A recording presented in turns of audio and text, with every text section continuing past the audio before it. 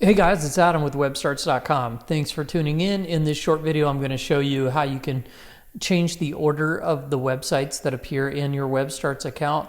So you can have multiple websites in your WebStarts account, and you can change the order in which the thumbnails to the website appear once you log in. Before I get into the video though, let me invite you to tap the subscribe button and ring the notification bell so you'll be the first to find out when I release a new video. All right, I'm logged into my account. I have multiple websites in a single account.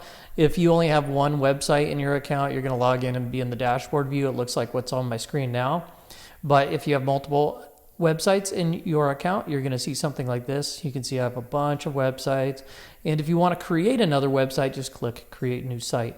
Now what you can do is just drag and reorder these websites so they appear in the order that you like. You can see I refreshed and they kept the order, and I can take a look at those individual websites just by clicking on the expand view icon. And just like that, this is very helpful for making it easy for you to find the websites that you want to work on in your account. Hope you enjoyed the video. Don't forget to visit webstarts.com to create your very own free website and see more videos like this.